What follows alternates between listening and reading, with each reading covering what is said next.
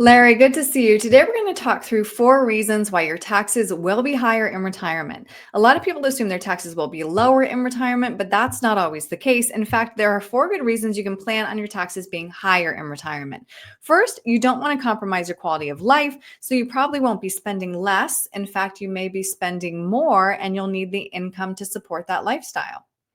Yeah, Aaron, when people retire, they realize that, every day's the weekend, every day's Saturday, Sunday. So they're spending more money. There's 3 phases of retirement. They call it the go, slow go, and no go. But that first 10 years, in many cases, you're going to feel the best that you're ever going to feel. And you're going to spend time, vacationing or just traveling. So you will generally spend more money, which means higher taxes. hmm And then next, of course, tax rates are set to increase. Many financial experts believe the Tax Cuts and Jobs Act of 2017 reduced federal income taxes to the lowest they may ever be. And these taxes are set to expire at the end of 2025.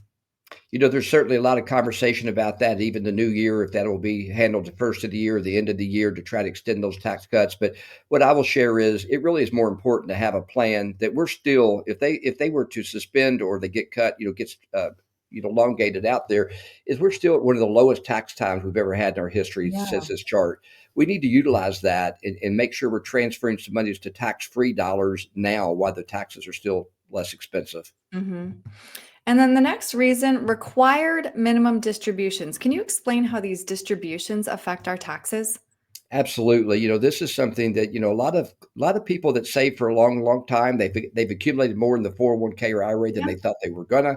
And then lo and behold, based on their age, as you see in this chart, they must take out monies whether they choose to or not. If not, there's a penalty. So, you see the chart there, if you're born before July 1st to 49 at 70 and a half. Most people now are around that 72 or 73 age. So I mean, it's where they make you take that money out, so you not only pay taxes on that money, but if you're over 65, 67 and taking Social Security, now those dollars are taxed as well. So it's kind of a surprise that many people that they're not preparing for that taxes. hmm So there is a way to plan around that, to do some qualified charitable donations or taking some money, moving that money over now opposed to when they force you to. hmm And then last, the writing is on the wall. Let's talk about government debt, Larry. Even though this gives me so much anxiety, take a look.